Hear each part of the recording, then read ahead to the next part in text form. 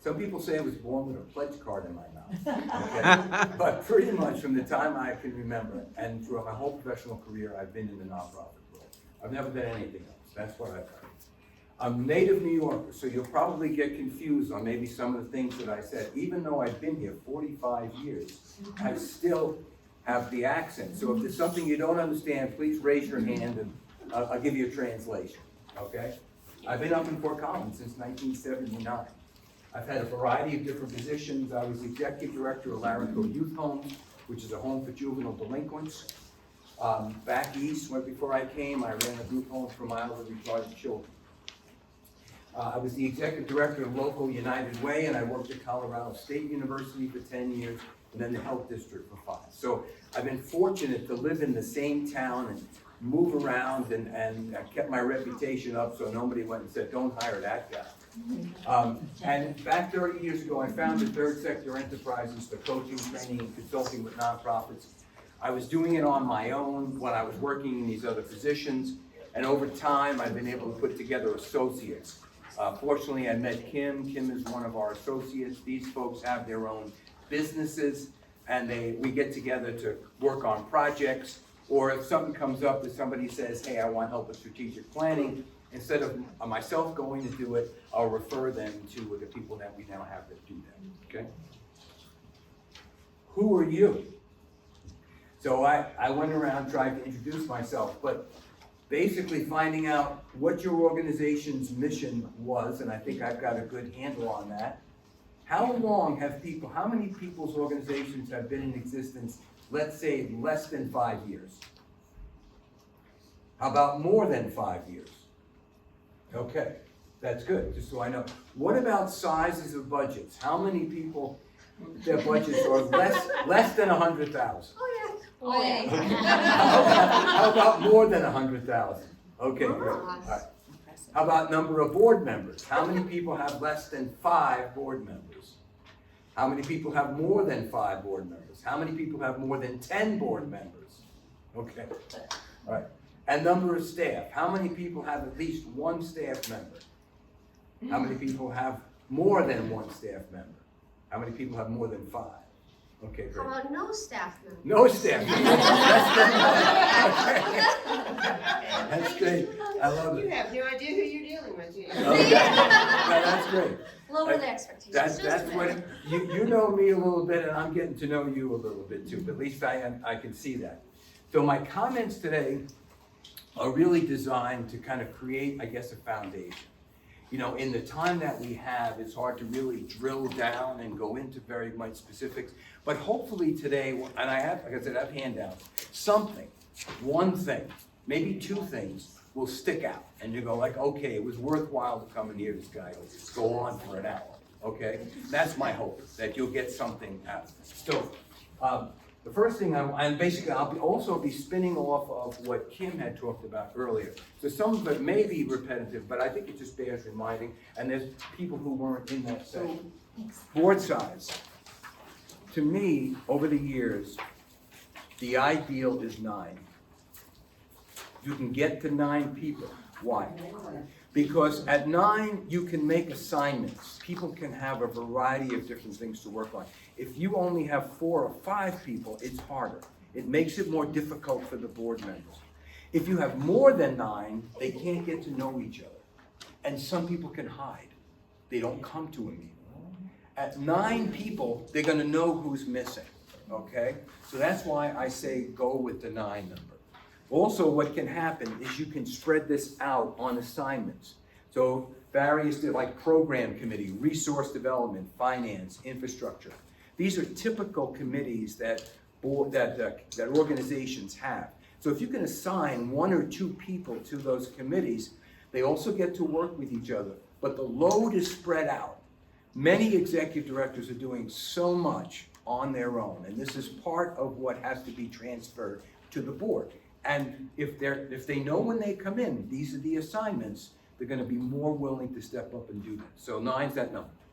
Composition, specific skills.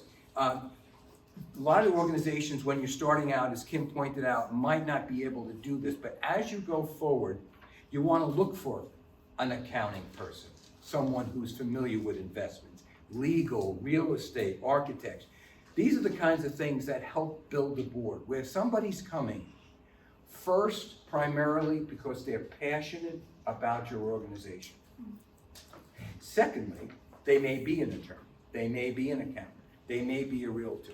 You just don't want to get any realtor to come on. You want them to share the passion of your mission first, and then there may be a realtor second. Diversity.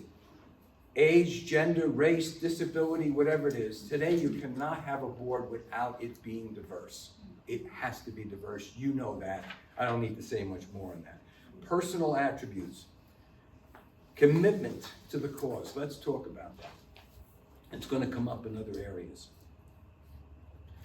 You are involved in your organization because you thoroughly believe in it. You wake up in the morning saying, what am I going to do today for my organization? You don't drive to work or get on the internet just because there's something to do. You're not in the nonprofit field because this is something else to do. You're committed to it. Take that same passion and expect that of the people that come on and serve. Don't settle for less. There's people out there, but there may not be the people that want to share your passion. If you approach board development just from that alone and have that as a lens that you look for, you're going to be successful because you're going to develop a culture of people who will go over the mountain, who will do whatever it takes to make that happen. And if you don't hear that, if you don't see that, say, thanks very much, step back, have them in another role, but don't put them on the board, okay? Have that patience to do that, okay? Personal attributes, like I talked about that. Term limits, very important. 2 3-year terms. The hardest thing to do is to fire a board member, okay? And, right? It happens.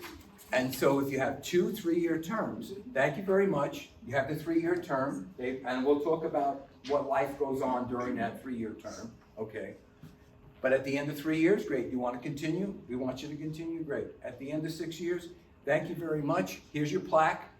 We appreciate it. Now step off for a year, okay? And you can come back if you want. Because what happens is some people will be there for 3, 6, 7, 8 years. Oh, we tried that back in 2006. It just didn't work. Well, no, it's 2022, and it may be different, okay?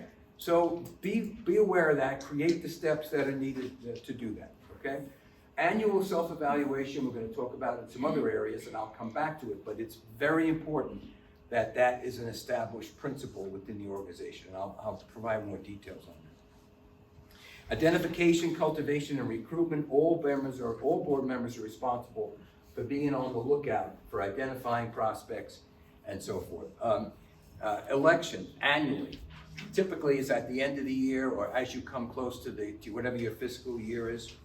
And then there's a section there on orientation, which you can look at. Very important to really, think about it from when you went into your organization, wherever you're working. You don't just want to step in and be totally unaware of things. How about documents in a binder, nicely put together, about maybe the minutes from the last year? What about board members? We talk about guardian angels in other contexts. Maybe board members should have a guardian angel when they come on new, someone that's going to really be overlooking for them and helping them out when they have questions, okay? Meeting clients. Whatever organization you're in, nothing substitutes than when a new board member comes in and actually sees the kids working in a daycare center, or actually may go see the horses basically doing what they're supposed to do, or the animals. Nothing substitutes for board members and eventually donors getting to actually see the product that's going on, the program that's going on. Can never have enough of that. Okay, and then assign committee. They need to be assigned right away to a committee that they feel is important to want to participate in. And the commitment letter, we'll come to that. They're going to be signed commitments letters where they're going to say, I am going to do X, Y, and Z this year. And at the end of the year, guess what? I'm going to be evaluated. Who's going to evaluate them? Themselves. the worst critic that people have is themselves. And they know that. You just gotta give them an opportunity to turn that mirror around and look at them. Okay, let's go. Now we're gonna go to conflict of interest statement, which you should have. This was one of the faux pas that I did when I was copying. So it'll look like this, right? You have the conflict of interest statement? No, okay. Yeah, it's on the back of that. Oh, on the back of Yeah, capacity it's on the building. back of that. What happened was, I made a copy and, I did the two, one came out this way and the other one came out upside down. So, the best of intentions. It's allowed. You need a board member to take care of that. Don't hire me to do that. Right, yeah. So this conflict of interest statement is really important. And it should be part of when you, in the basics. Possibilities exist. What types of conflicts could there be? Let's use an example of where someone's gonna rent you a building, okay? And they're on the board, and there's a financial incentive for them to rent it. It's at a discount, but there's still a financial incentive for them to rent it to you, okay? They need to disclose that, and they need to basically recuse themselves from any discussion that occurs relative to the price that's gonna be paid. It's not that you can't do it, but it could be a conflict of interest. And so anytime there's a potential conflict of interest, you wanna make sure that they sign it, and they say, I have a conflict, and I'm gonna step out when discussions occur. May seem like something that's pretty simple, but it can really get you in trouble if things happen. Then you have to backpedal, and you have to kind of find a way to soften the blow when other people outside find out about it, okay? All right, let's move forward. All right, capacity building competency. So assuming now that you've set all those up, you've been able to check all those things that I just mentioned in building the board. Capacity building competency. So we're raising your sights at this point. You're looking down the road, okay? The organization is going to grow over time. But what do you want to have internally within the culture of the organization? These are the capacity building competencies, which I can tell you from my experience, if you can put these in place, you can check all these boxes, you're going to raise more money. You can come back and say, Art, I was at your workshop and you told me we're gonna raise money, and I'm gonna say, you're gonna do it. Why? Because all these pieces fit together. A capacity is the actual demonstration or performance of a knowledge and resources. Not just talking about it, it's the actual demonstration that you are monitoring that you can check this box. You can actually see, look on number one, adaptive capacity, that there is an easily understood and compelling vision, mission, and value statement. This sometimes is talked about as the elevator speech.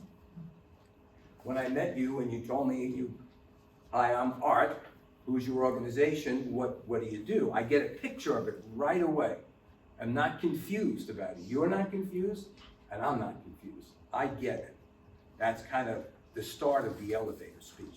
Where does it come from? It comes from an easily understood and compelling vision. Where do we want to be? What's the dream, mission? How are we going to do it? And what are the values that underline it? Every board member needs to know that. It should be referenced at every meeting. It should be referenced at every meeting. You could put a sign up that talks about the vision and the mission. You want to grow that within the organization so they have it. They know when they're talking to friends, they've got the elevator speech and they've got this down, okay? A written strategic plan. Some of you just starting out. It's okay to have a plan. Where do we want to be in 5 years? Where do we want to be in 10 years? Why? Because you're going to come across a donor who's going to ask you that question.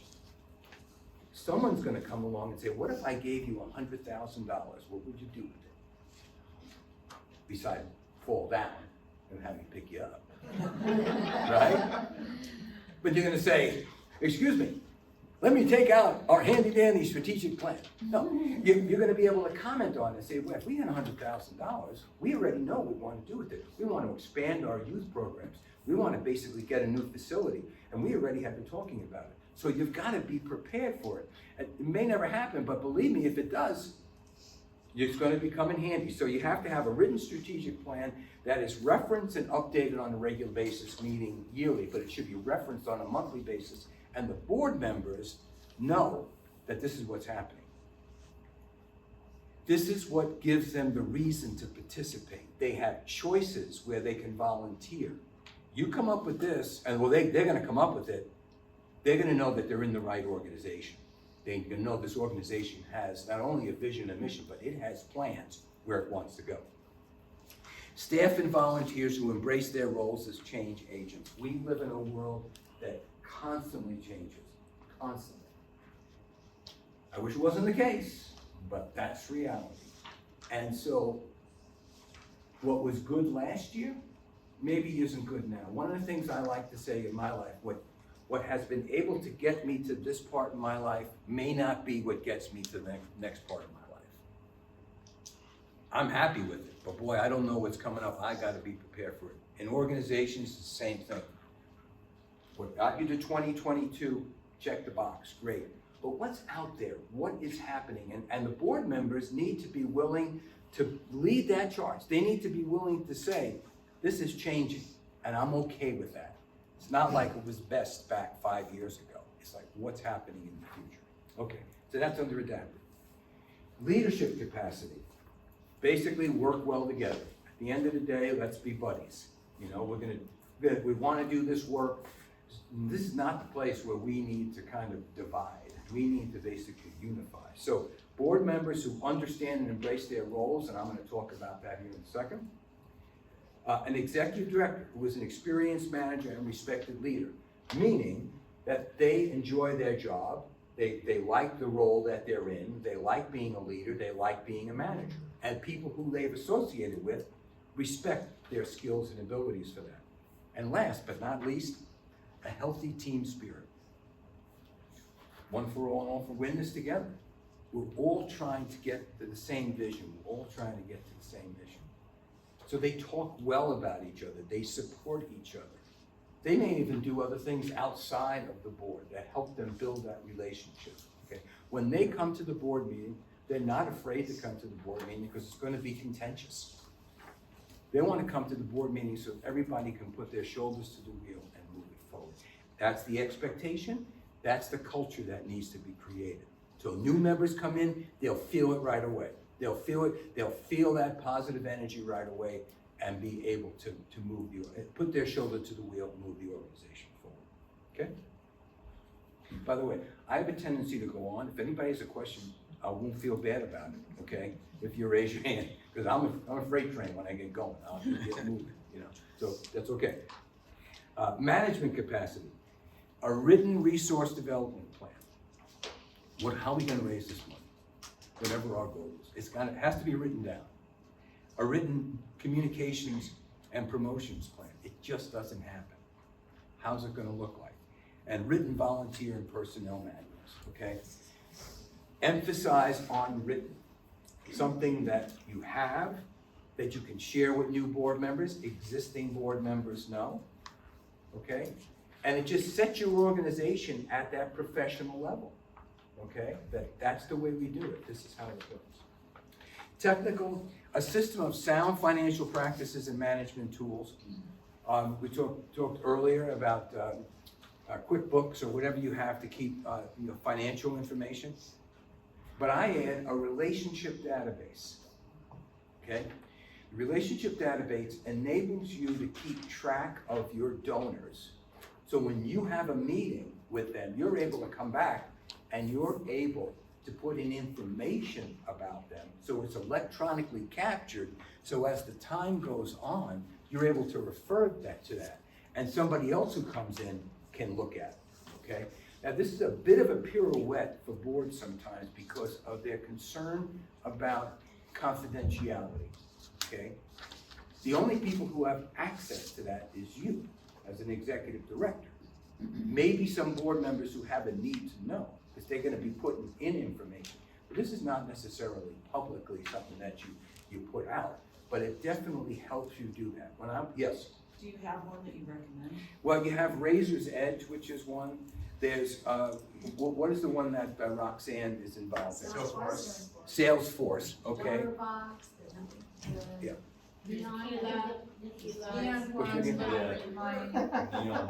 That's great. I was on Salesforce. Salesforce? On our nonprofit. There's support And there's different levels but Right. of what they the can system see, is so as far as, privacy, you can put different levels. You can put different levels on and control Which it. one was that?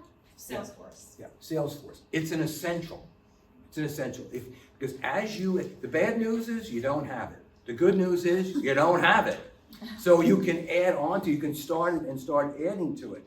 When I was at CSU, that's what we did. You know, I went from United Way, where we did a lot of group fundraising activity, to CSU, where I was only focused on individuals. And what I had in those days, you get a kick out of it, I used to have the 3x5 cards that in my little box that was door geared and everything. I had to take it out and who was gonna call. Then all of a sudden, you know, the world changed and now it's all electronic. And I'm getting a list of who are my top 40 people that I need to make my best friends at this point. And I gotta figure out how to do it. Where they get it from? They got it from public information that was out there. So this relationship database serves one purpose for you internally, but then externally, you can give that information to like Marks and Mundy or Wealth Engine, and they'll take that information and tell you back in descending order, who's your top prospect and who's your next tech prospect, so forth. But it's all public information. The reason I say it's a pirouette is because board members are concerned about the confidentiality aspect. Not everybody can feel comfortable with that, but you need to get to be comfortable with it because you're not talking about anything that is out of school. It's really important that you do that. So this relationship database is a key part of that technical. Professional development, okay, needs to be included in the budget, both for board members and staff. This needs to be, it's not something you ask for every year. It's like, should be something that's in there because they should be able to grow and you should be able to grow as well. And the last one here is an understanding of what clients consider value, okay? And no matter what organization you're in, you know the need. Great, but you need to poll the clients. You need to ask them what they need. And those two need to jive because sometimes they can go like this. You don't want that to happen. You want it to be in sync. So taking polling of your clients, whoever it might be, maybe it's annually, maybe it's every other year, whatever it is, but don't miss out on that opportunity to do that. That also keeps the board members excited and energized because board members can develop their own reasons as to why things exist. And so when they hear from the clients, that'll help in the strategic planning efforts. Okay? That makes sense? Okay. All right. Qualities of a board. Now they have that. Board roles? The what? Is that board roles? Board roles and responsibilities. Board roles. Yeah, okay. So there's, as she's passing that out, there's actually two models that are in the nonprofit field. One is called the Carver model, and the other one is the board source model. The Carver model typically works for public organizations, those that are elected. Because what happens in the Carver model, the board members are concerned about outcomes, and the staff is concerned about outputs. They're separated. The board doesn't get involved in actually making the operation run, okay? It's not a good model for private nonprofits. You cannot succeed with the Carver model in a private nonprofit. You need to adapt the board source model, and this is the board source model, okay? 10 points, and maybe you do this already, so it might be a review. And you have, I'm not gonna go through the details of it, you can read it, but I just wanna cover the 10. Board's responsible for determining the organization's mission and purpose. Typically do that in a retreat, you update it on an annual basis. You select, the board members select the executive director. So all executive directors work for the board, okay? Third, support the executive director. Introduce them to people out in the community. Annually evaluate them, okay? Support and review, not just every once in a while, but annually.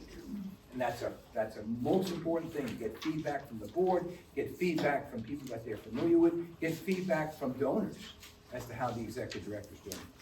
Ensure effective organizational planning, strategic planning, dealing with the programs, always still relevant in this day and age.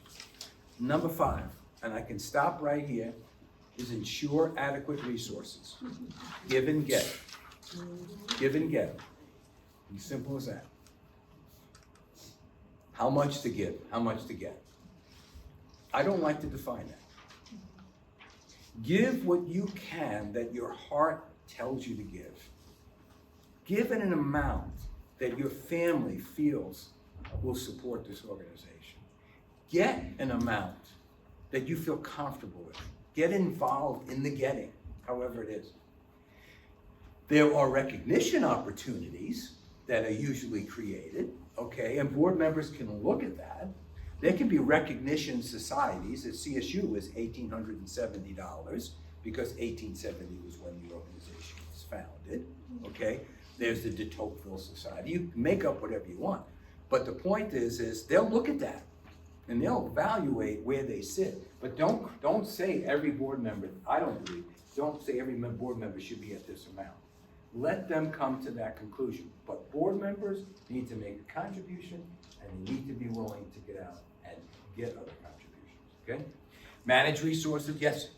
So you're saying that it's not a good idea to recommend a certain amount, like $100 or something like that? I wouldn't. That's not my experience. I know some organizations are doing that.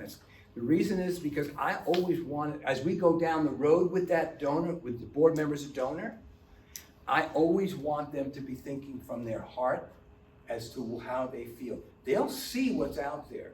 Like I said, they'll see the recognition opportunities and they'll see what others generally are doing, okay?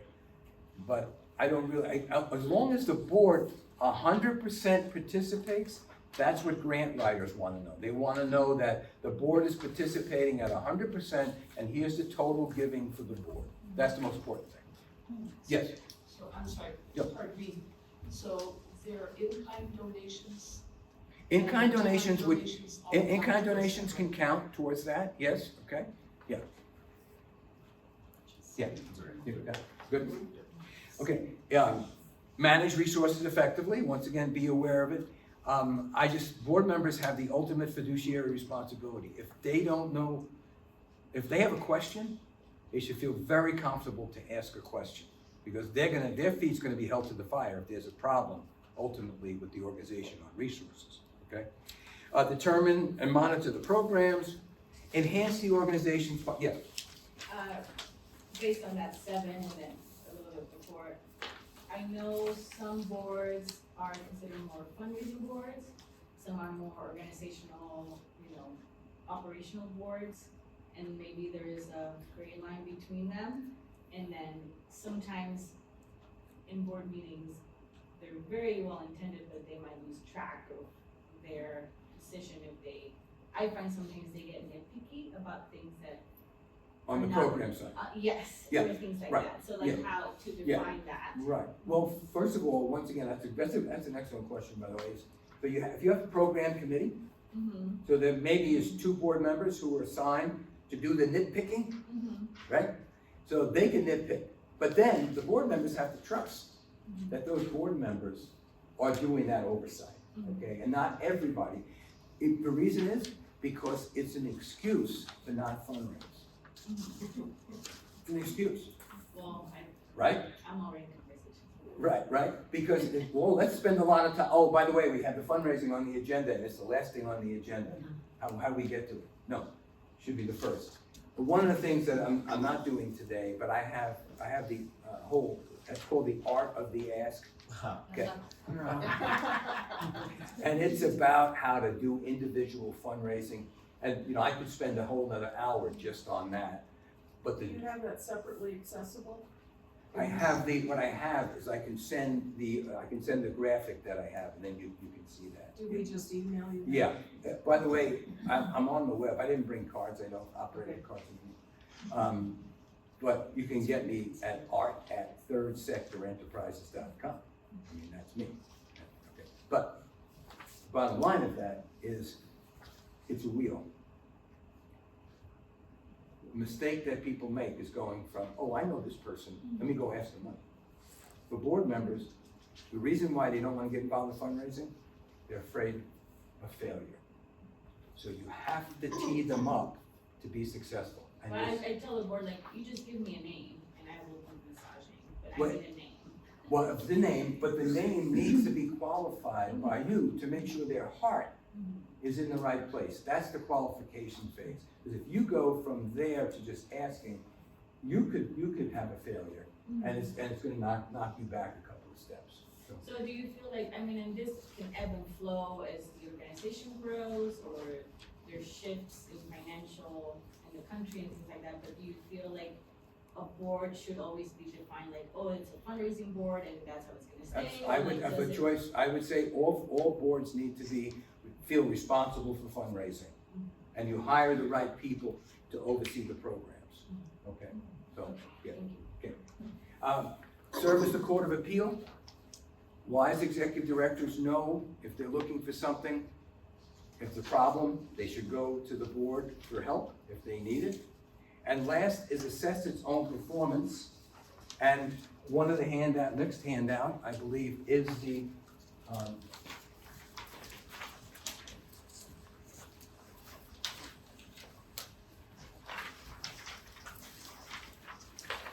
actual, you have it?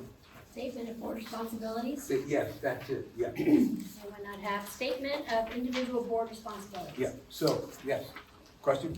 Oh, it's coming, yeah. So statement of individual, what this is, refers to what I talked before. Every board member, even your existing ones, new ones coming in, they sign this. You can see what this is, you can adopt this for your own organization.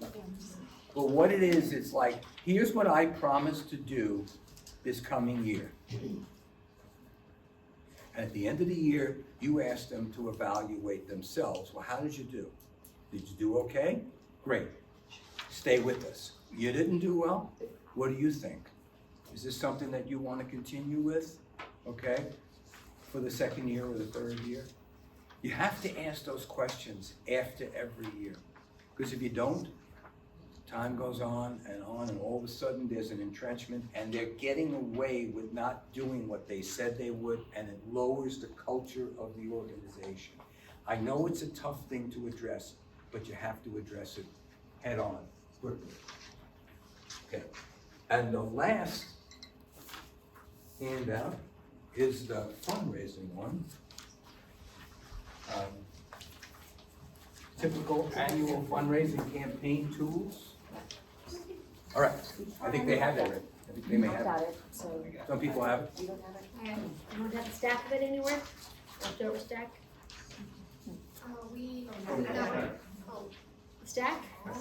oh, yeah. Problem child. Right. Well, and then Kim is a guy of 10 minutes for questions? We've got 10 minutes to finish and do questions. Oh, so we okay, can good. combine it. Good, okay. But we won't be finishing at 10 of. 10 of them at a while, yeah. All right, why did I give you this? Because it's not a fundraising workshop, right?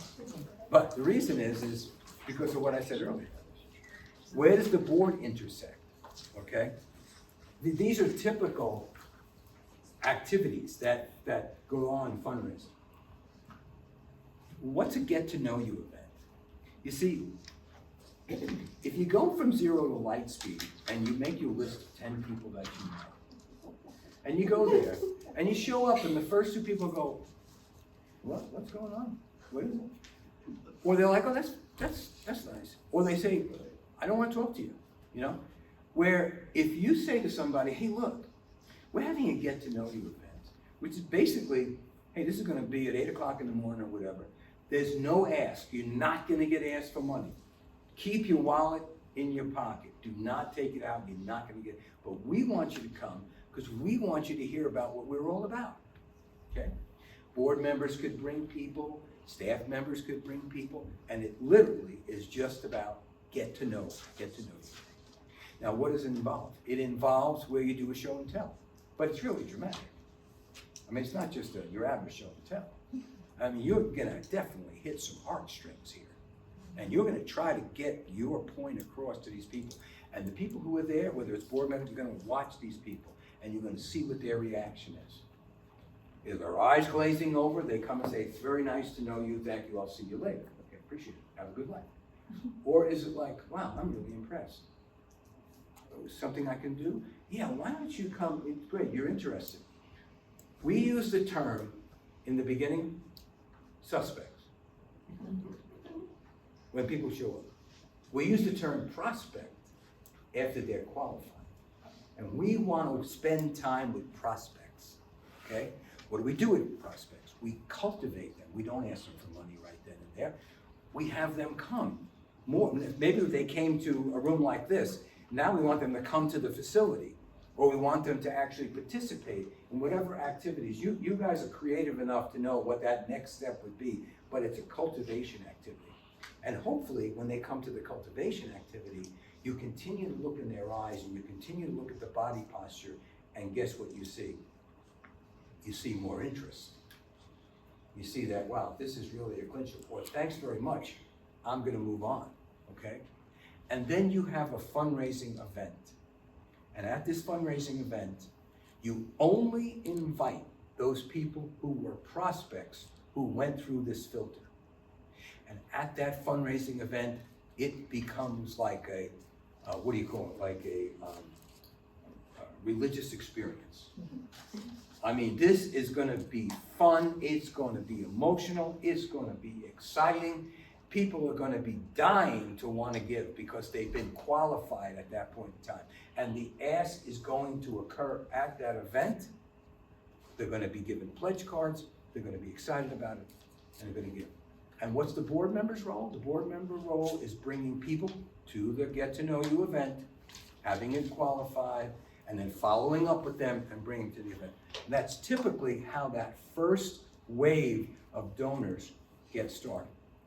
And now you have these donors that are in the fold, and you have your relationship database, and now you're drilling down.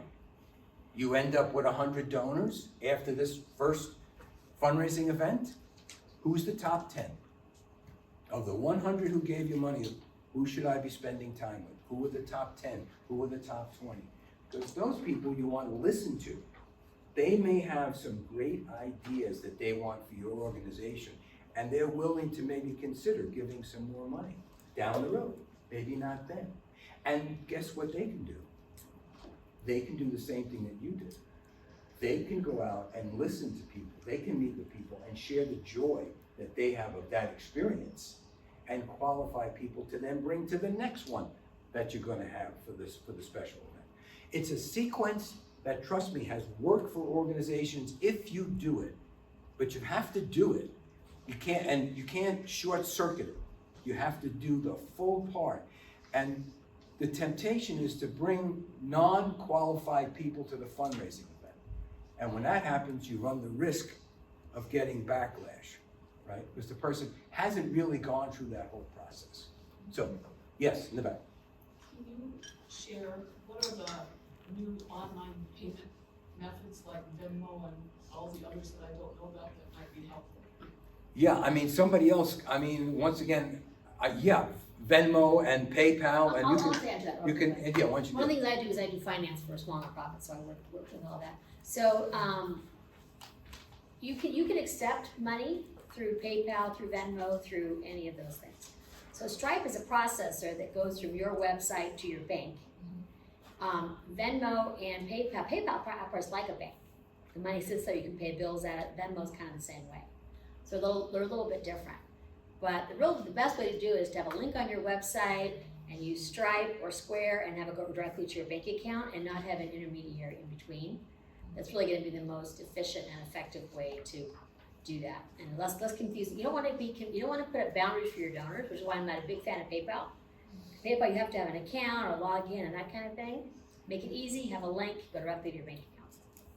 So, that's just a quick statement on that one. I'm a donor relations, so if you ever need suggestions, I'll be happy to. Question? I'm learning as I go through. I'm sorry, okay, question? I need suggestions. Yeah.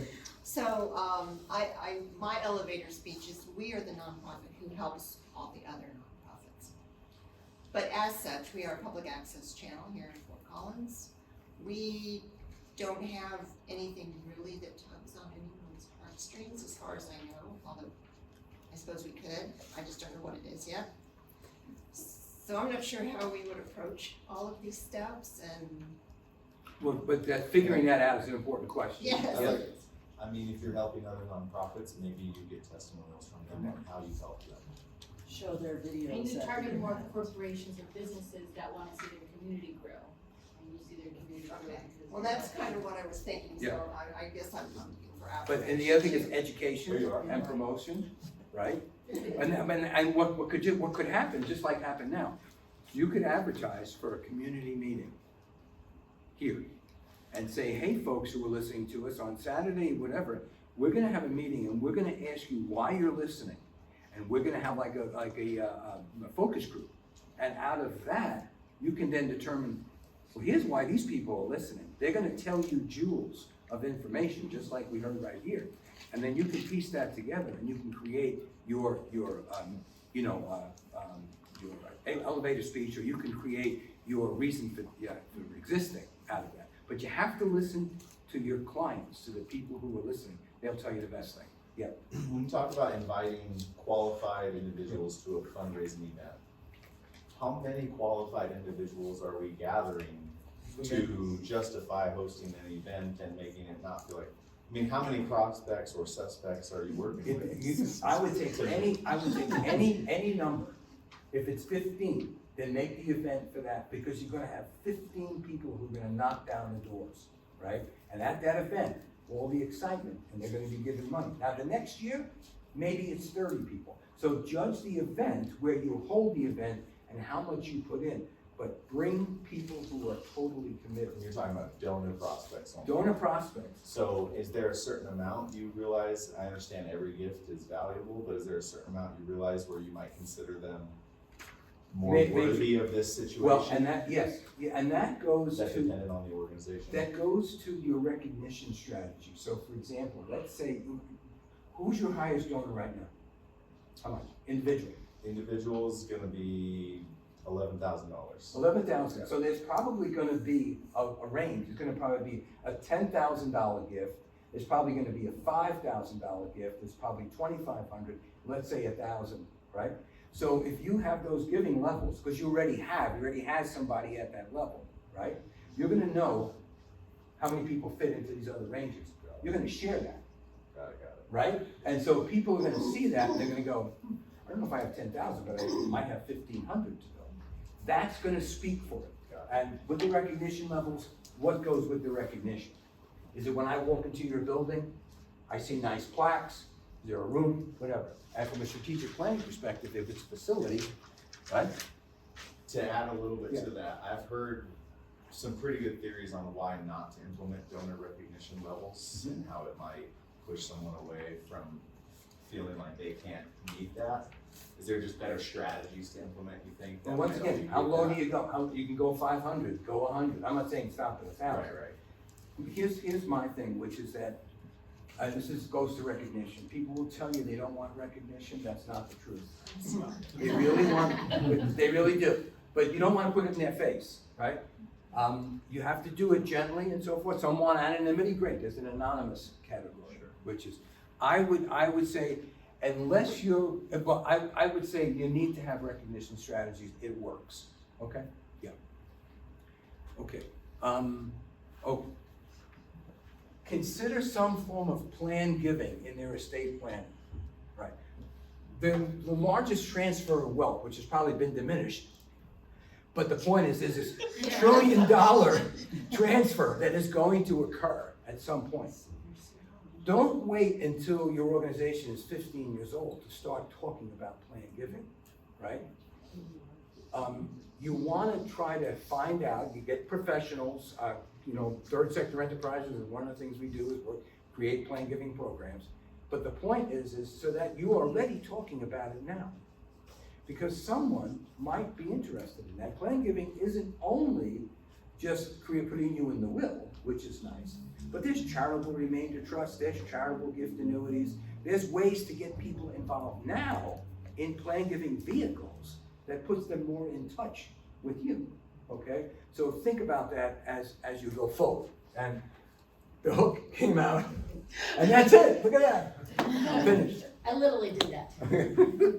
Isn't your art amazing?